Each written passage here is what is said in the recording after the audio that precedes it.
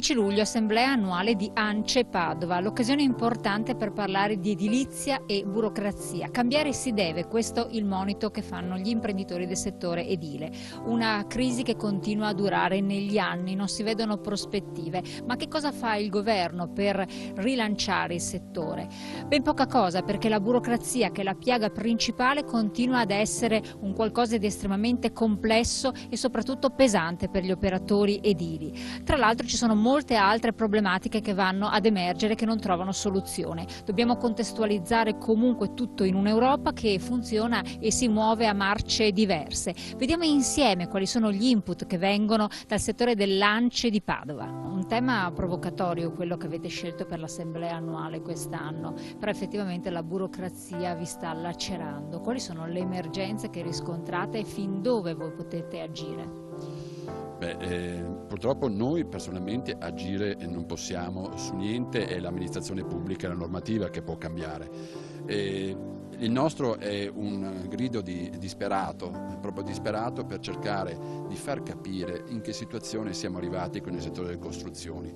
Ci sono delle situazioni vessatorie nei confronti delle imprese e c'è un iter burocratico per qualsiasi pratica che è diventato impossibile gestire, con dei costi enormi per le imprese ma anche per la collettività alla fine. Spero che il governo e le amministrazioni possano agire. Il nostro settore è un settore che tutti sanno benissimo che è un volano per l'economia, eppure stanno facendo di tutto per massacrarlo e sicuramente questo non porterà nessun aiuto a una ripresa economica, anzi affosserà la ripresa economica.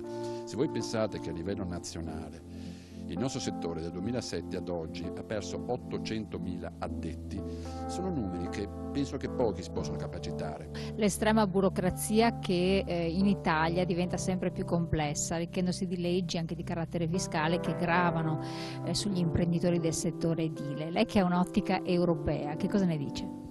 Il problema della giustizia è incredibile, perché mi parlano della giustizia come se parlassero della Luna. La mia giustizia è fatta di cancellieri età media 55 anni, non si assumono informatico nei tribunali, c'è un carico di 1000 cause a persona.